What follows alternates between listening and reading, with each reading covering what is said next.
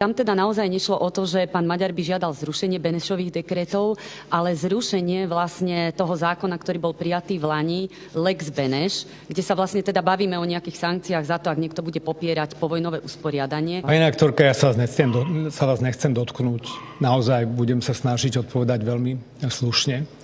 Ale táto otázka reprezentuje naozaj zásadnú politickú naivitu.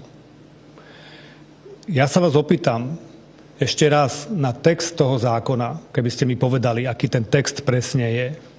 Kde tam sú napísané Benešové dekrety?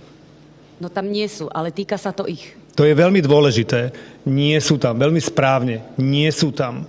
A teraz povedzte mi, klamem, ale hovorím pravdu, že pán Maďar povedal, že témou rokovania s Robertom Ficom budú Benešové dekrety.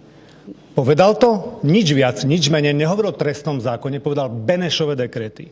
A tretí bod, ktorý povedal pán Maďar, povedal, že pretože nebude akceptovať, aby v dnešnej dobe prichádzali občania Slovenska na južnom území, teda Maďari slovenskí, na Felvídeku, ako to on hovorí, o pozemky. Je to pravda? Toto, čo som povedal, je pravda? Je.